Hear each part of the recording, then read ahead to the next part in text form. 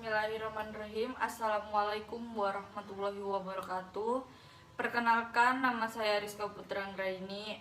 NIM saya 1970524818 dari kelas A1 mata kuliah Keselamatan Konstruksi. Di kesempatan ini saya mendapatkan tugas membuat video mengenai apa yang sudah saya pelajari dari mata kuliah Keselamatan Konstruksi dalam satu semester ini. Baik, langsung saja saya akan membahas pertemuan pertama, membahas tentang kontrak pembelajaran. Mahasiswa yang telah menandatangani dinyatakan setuju, tunduk, dan patuh pada ketentuan yang tercantum pada pasal-pasal yang ditentukan, serta bersedia menerima sanksi apabila tidak mematuhinya. Lanjut, pertemuan kedua membahas materi Undang-Undang Nomor 2 Tahun 2017 tentang jasa konstruksi.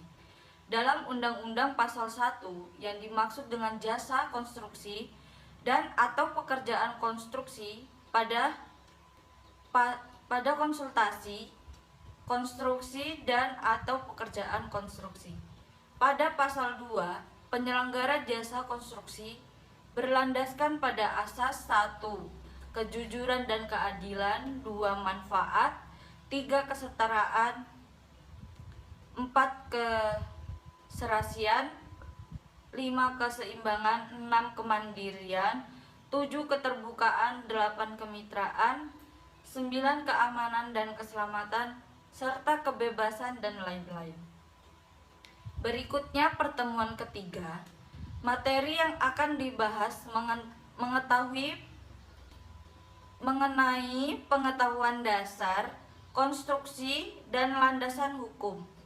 Landasan hukum dalam pengadaan proyek konstruksi yang bersumber dananya berasal dari APBN atau APBD, yaitu Peraturan Presiden Nomor 4 Tahun 2015, perubahan keempat atas Peraturan Nomor 54 Tahun 2010 tentang pengadaan barang atau jasa konstruksi.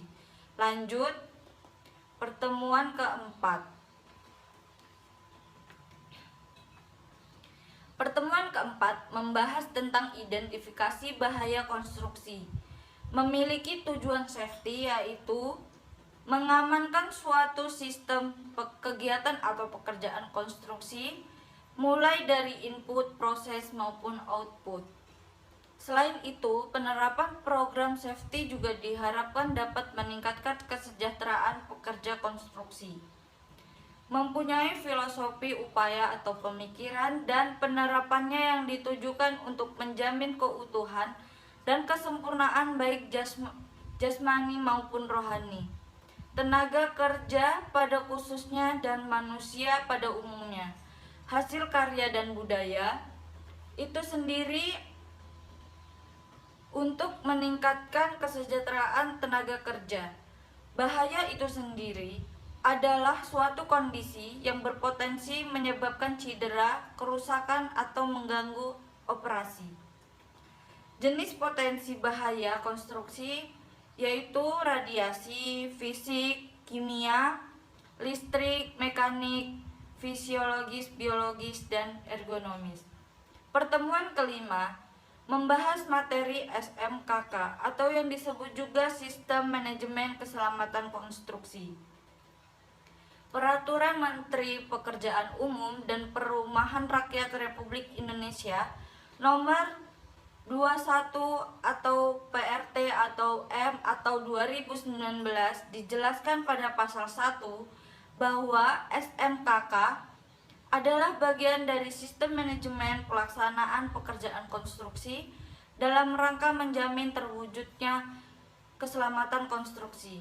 Lanjut, pertemuan ke-6 membahas materi SKKNI Ahli K3 Konstruksi, Standar Kompetensi Kerja Nasional Indonesia. Keputusan Menteri Tenaga Kerja dan Transmigrasi Republik Indonesia Nomor 350 tahun 2014 secara umum tingkatan kualifikasi. Keahlian ketiga konstruksi ada 3 tingkatan, yaitu 1. Ahli muda ketiga konstruksi yang spesifikasinya risiko rendah. Kedua, ahli madya ketiga konstruksi lebih kompleks. Dan yang terakhir, ahli utama ketiga konstruksi spesifikasi paling tinggi. Pertemuan ketujuh, materi yang dibahas tentang Komite Keselamatan Konstruksi yang disebut KKK. Memiliki tugas yaitu 1. Bersifat mandiri dan bertanggung jawab atas aktivitas dan kebenaran hasil investigasi. Kedua, langsung bekerja di lapangan berdasarkan instruksi ketua komite. Yang ketiga, dibantu oleh sekretariat komite dalam melaksanakan tugasnya. Dan yang terakhir, dibantu pejabat dan atau ahli di bidang yang terkait dengan tugas dan fungsinya. Lanjut pertemuan ke-8, tepat pada tanggal 28 Oktober 2021 melaksanakan ujian tengah semester. Dilanjut di pertemuan ke-9 membahas materi tentang K3LM. K3LM itu sendiri mempunyai maksud dan tujuan dalam kegiatan konstruksi. Yang pertama, setiap orang baik pekerja, tukang, tamu, teknisi, pengawas dan sebagainya yang berada di lokasi kerja dilindungi, sehat dan aman.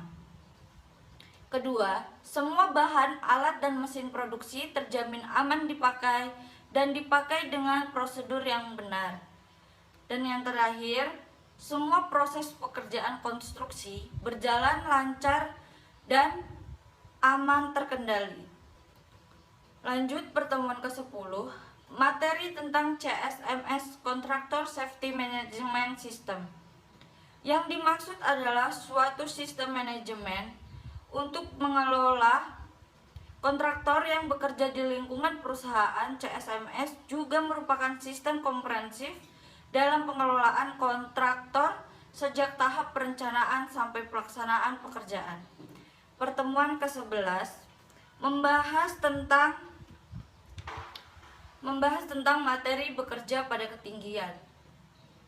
Bekerja pada ketinggian sendiri adalah aktivitas yang dilakukan oleh pekerja pada tempat kerja di permukaan tanah atau perairan yang terdapat perbedaan ketinggian dan memiliki potensi jatuh. Lanjut pertemuan ke-12, materi yang dibahas tentang perancas scaffold, platform kerja sementara untuk bekerja ketinggian yang digunakan untuk mendukung alat, pekerja dan material selama pekerjaan berlangsung. Macam-macam scaffold, ada scaffold rangka, batang pipa, scaffold bergerak, mast climbing scaff, scaffold kayu atau bambu. Pertemuan ke-13 membahas materi tubular scaffold. Merupakan jenis perancah yang terdiri dari batang-batang pipa yang disusun dalam konfigurasi tertentu sehingga dapat digunakan para pekerja dalam mereka beraktivitas di ketinggian. Untuk jenis perancah ini membutuhkan keterampilan khusus untuk bisa membangun dan mendirikannya. Lanjut pertemuan ke-14 membahas materi modular scaffold.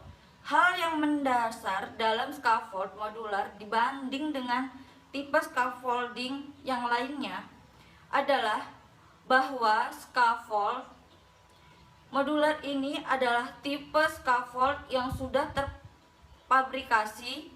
Artinya scaffold seperti ini, bagian-bagian komponen dari scaffold yang sudah dibuat sedemikian rupa oleh pabrik agar mudah dalam pengaplikasiannya, mendirikannya dan membongkarnya. Pertemuan ke-15, pertemuan terakhir mereview mata kuliah keselamatan konstruksi. Kesimpulan yang saya dapat simpulkan dalam mata kuliah keselamatan konstruksi dalam satu semester ini adalah pentingnya peran konstruksi juga menjamin dan melindungi keselamatan dan kesehatan tenaga kerja melalui upaya pencegahan kecelakaan kerja dan penyakit akibat kerja pada pekerjaan konstruksi, serta mengurangi macam-macam resiko sebagai alat perlindungan suatu kecelakaan dalam keadaan darurat. Sekian penjelasan yang saya ketahui selama 1 semester ini dalam mata kuliah keselamatan konstruksi. Kurang lebihnya video ini saya mohon maaf. Selamat pagi, terima kasih. Wassalamualaikum warahmatullahi wabarakatuh.